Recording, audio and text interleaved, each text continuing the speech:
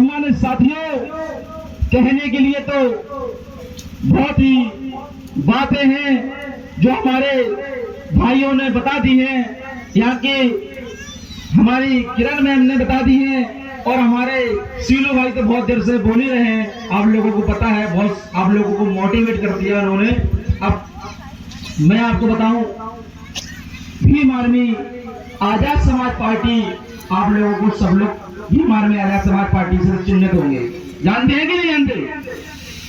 Bhim army को जानते हैं आप लोग? आजाद समाज पार्टी भीम आर्मी, जिसके राष्ट्रीय अध्यक्ष एडवोकेट चंद्रशेखर आजाद जी हैं, उन्होंने अपनी पार्टी आजाद समाज पार्टी बनाई है, जिनका चुनाव निशान, चुनाव चिन्ह केतली है। क्या है भाई? केतली। तो आने वाला समय हमारे लिए बहुत ही अच्छा समय है, क्योंकि आज हमारे बीच में हमारे एडवोकेट चंद्रशेखर आजाद जी नगीना से सांसद बन चुके हैं, जो मनुवादियों और पाखंडवादियों के बहुत ही ज्यादा समस्या खड़ी हुई है उन्हों के लिए।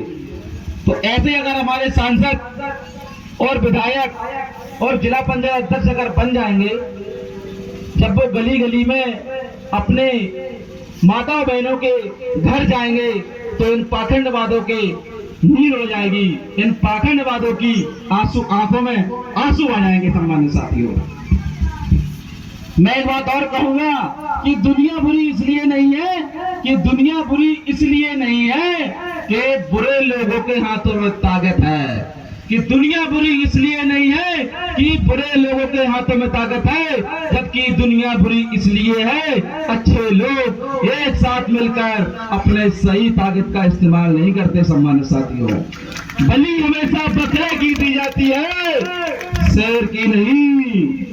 याद रखना, अपने आप को इतना कैसे बना रखा अम्बेडकर का, तो मैं उन लोगों से कहूंगा, ये अम्बेडकर हमारे लिए फैशन नहीं है। सम्मान साथियों, हमारे लिए ये भगवान से बड़े हैं, जिन्होंने हमें उठने का बैठने का अधिकार दिया है, हमें पढ़ने लिखने का अधिकार दिया है, हमें अछूतों से छूत बनाने का अधिकार दिया है, हमें अच्छे से पहनने के लिए अधिकार दिया है, डीएम एसडीएम बनाने का अधिकार दिया है, पढ़ने लिखने का अधिकार दिया है। सम्मानित साथियों, तो हम ऐसे महापुरुषों को कैसे भुला देंगे? और आज आप कहते हैं कि अम्बेडकर अम्बेडकर, अगर भगवान का नाम ले लेते तो स्वर्ग प्राप्त हो जाता। मैं कहता हूँ, ये स्वर्ग आपको मुबारक हो, ये स्वर्ग आपको मुबारक हो। अगर ऐसी विचारधारा के लोग हमारे बीच में आएंगे तो उनको इस खामियाजा का भुगतना पड़ेगा, क्योंकि बाबा साहब की वजह से आज प्रधानमंत्री है, बाबा साहब की वजह से प्रधानमंत्री है, बाबा साहब की वजह से जो भी शासन सत्ता है, ये सारी बाबा साहब की देन है। सम्मानित साथियों, ये समझने की जरूरत है, डॉक्टर बी.आर. अम्बेडकर ने जो ग्रंथ दिया है, भारत का संविधान दिया है, इस संविधान में माता सावित्रीबाई फुले जी की जयंती है। आज भीम आर्मी वाले, आजाद समाज पार्टी वाले लोग आ रहे हैं, तो हमारी माता बहने अपने अपने घरों से निकल के आए, हमारे पूरे बुजुर्ग लोग अपने अपने घरों से निकल के आए। मैं आपको यकीन दिलाता हूँ कि जब भी बहुजन समाज की सरकार आएगी, बड़े भाई एडवोकेट चंद्रशेखर ठीक हो, आप तो लोगों ने केवल सांसद बनाया है, लेकिन हम सब लोग अगर एक हो जाए तो मैं यकीन के साथ कहता हूँ कि इनका तख्त बदल देंगे, ताज बदल देंगे, बेईमानों का राज बदल देंगे। अगर सहयोग मिला आप सबका तो इनकी सरकार रातों रात बदल देंगे। साथियों, आप ये ना समझे कि ये 22-22 साल के, 24-24 साल के लड़के क्या करेंगे। आपने नाम सुना होगा शहीद आजम भगत सिंह जी की, उनकी उम्र कितनी थी? मात्र 21 साल। 22 साल 23 साल में दो लोग हंसते हंसते फांसी पर चढ़ गए थे। किस लिए चढ़ गए थे? क्या उनके घर परिवार नहीं थे? नहीं, वहां से जब वो फांसी पे चढ़े तभी क्रांति का उदय हुआ और तभी हम लोगों को आजादी मिली। बाबा साहब ने अपने 4 बच्चे कुर्बान कर दिए। किसकी खातिर कर दिए? हम और आपकी खातिर। बाबा साहब के बड़े बेटे लाल अम्बेडकर जब बिल्कुल उन्हें बहुत तीव्र बुखार था, बिल्कुल मृत्यु के शैया पर लेटे हुए थे, तब बाबा साहब को प्रथम गोल्डन सम्मेलन में जाना था 1930 में। तो उनकी पत्नी रमाबाई ने कहा कि बाबा आप वहां ना जाइए, क्योंकि बच्चे की बहुत कुर्बानी दी है साथियों। जैसे हम लोगों को ऐसे लोगों को देना है जो वास्तविकता में ईमानदार हो। बाबा साहब जब वोट का अधिकार लाए थे, जो हमारे बूढ़े बड़े लोग होंगे उनको पता होगा 1950 से पहले केवल राजा का बेटा ही राजा बनता था, रानी का बेटा ही राजा बनता था। लेकिन बाबा साहब जब वोट का अधिकार लाए तो उन्होंने रानी की बेटी की निष्पत्ति कर दी साथियों। अब राजा वही बनेगा जिसे आप लोग चुनेंगे, जिसे हम लोग चुनेंगे, क्योंकि जिसे वोट देंगे वही तो प्रधान बनता है, वही तो प्रधान से लेकर प्रधानमंत्री बनता है। तो ये देन किसकी है? ये देन हमारे मसीहा बाबा साहब की है। हमारे यदि हमने अपने बुजुर्गों का आशीर्वाद ले लिया तो आधा काम तो हमारा ऐसे ही हो जाता था। ये बहुत सच्ची बात है। आज हमारे समाज में हमारे बुजुर्गों का, हमारे परिवार के हमारे बच्चे ही अपमानित कर देते हैं।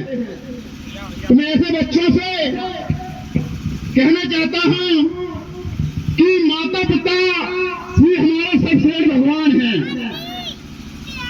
जिसने हमें जन्म दिया वही हमारा भगवान है।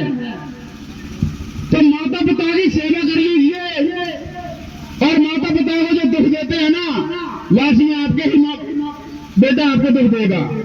कि जो चंद्र है चलता है आगे पीछे, उससे आप भी नहीं बच पाएंगे। और हमारी जो माताएं बैठी हैं, बहनें बैठी हैं, और हमारे पूर्वज बुजुर्ग बैठे हैं, पिता तुल, मैं कहना चाहता हूं कि अपने बच्चों को शिक्षा जरूर दें। यदि शिक्षा है तो संघर्ष है, और संघर्ष हम जब कर सकते हैं तो हमारे पास शिक्षा होगी। बाबा साहब ने कलम की ताकत से पूरे भारत को हिला दिया। भारत को ऐसा संविधान दिया विश्व में सबसे अच्छा संविधान माना जाता है। उन्होंने के साथ जो भी शोषण हुआ, अत्याचार हुआ, उन्होंने कभी डंडे से, बंदूक से, तलवार से कभी सहारा नहीं लिया। उन्होंने कलम की ताकत से पूरे विश्व के लोगों को दिखा दिया कि कलम ही सबसे बड़ी हथियार है, और कलम की ताकत से मैं जिसको चाहे उसको परास्त कर सकते हैं। और हमारी बहनें बैठी हैं इस गांव में, शायद सभी बहनें बैठी हैं, सभी पढ़ी लिखी होंगी, और हमारे माताएं भी हैं, वो भी पढ़ी लिखी होंगी कुछ। तो उनसे कहना चाहता हूं कि एक रोटी कम खाओ, लेकिन बच्चों को शिक्षा जरूर दिलाओ। यदि आपके गांव में कोई गरीब परिवार है, वो अपने बच्चों को शिक्षा नहीं दिला पा रहा है, तो मैं आशा रखता हूं कि इस गांव के जो प्रधान हैं और जो नौकरी में हैं, वो उनको शिक्षा दिलाने का काम करें। यदि वो भी नहीं कर पा रहे हैं तो भीम आर्मी हर गांव में भीम पाठशाला चलाने का काम कर रही है। तो इस गांव में जो बहनें और भाई हमारे छोटे छोटे बच्चों को शिक्षा देने का काम करेंगे, उनको भीम आर्मी शिक्षा के लिए किताबें, कॉपी, पेंसिल की व्यवस्था करेगी, और वो बच्चे उनको शिक्षा देने का काम करें। आज हमारी इस सरकार ने प्राइमरी पाठशालाएं खत्म कर दी। इन्होंने हमारी शिक्षा पे घात किया, क्योंकि यदि हम पढ़ लिख जाएंगे तो जवाब करेंगे। जब जवाब करेंगे तो इन्हें पेट में दर्द होगा कि जो लोग कल हमारे जूतों पर जूठन में पलने वाले लोग आज हमसे सवाल कर रहे हैं। हमारे घर में हमारी माता भी हैं, बहनें भी हैं, और हमारे परिवारों के किसी के बच्चे भी हैं, पत्नियां भी हैं, और वहां पे दुर्घटना में हादसे हो जाते हैं। तो इनकी जिम्मेदारी हमें खुद ही लेना पड़ेगी, और इस जिम्मेदारी की हमारी ये माता बैठी है, शायद इनकी उम्र 60-65 साल होगी। इन्होंने देखा होगा कि अपने बच्चों को कभी अगर 15 साल का भी हो गया तो शहर जाने के लिए मजबूर इजाजत नहीं देती थी। क्या अपने बच्चों को शहर नहीं भेजेंगे? क्योंकि हमारा बच्चा हमसे दिल से अजीज है, लेकिन हमारे बच्चे आजकल बिल्कुल नहीं सोचते हैं कि नशा को लेके तो मैं कहना चाहता हूं फिर पुनः कि इस गांव में कुठाना में सभी साथियों का मैं बहुत बहुत वंदन अभिनंदन करते हैं जिन्होंने इस प्रोग्राम का आयोजन किया। सभी का बहुत बहुत धन्यवाद करता हूं। समय कम है कि अभी हमारे साथी हमारे झांसी से चल कर आए अरविंद भौतक जी पूर्व बुंदेलखंड प्रभारी जिन्होंने की बात सुनिए। इन्होंने